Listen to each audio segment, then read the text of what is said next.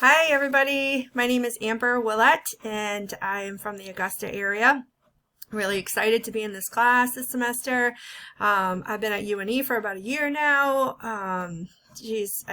The time is flying by. I'm just really excited to be graduating in about a year and just so much going on. I've had a lot of experiences in the field, including working in the emergency department, in the locked unit with people who are experiencing severe depression, mental illness, psychosis, suicidal, homicidal ideation, those types of things. I am currently working as a BHP in EdTech 3 with children who have autism, behavioral issues, Down syndrome, and things of that nature. And I've also worked, let's see, what else have I've done case management. I have my MERT-C, and I have also taken the licensed dialectical behavior therapy course. So I am a licensed instructor. It's just my license won't be active until I have my master's. So really looking forward to that. I love DBT and everything about it.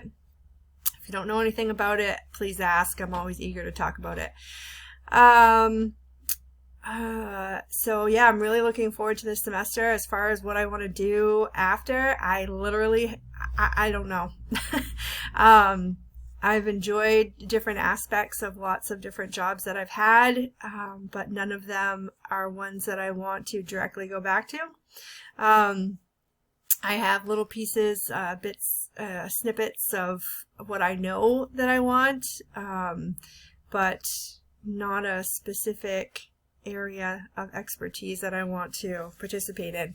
I'm still working. I completed my internship last semester with the National Association of Social Workers in the main chapter, which was fascinating. I've actually decided to stay on with them and completing some work intermittently, and I will be applying for the student rep role as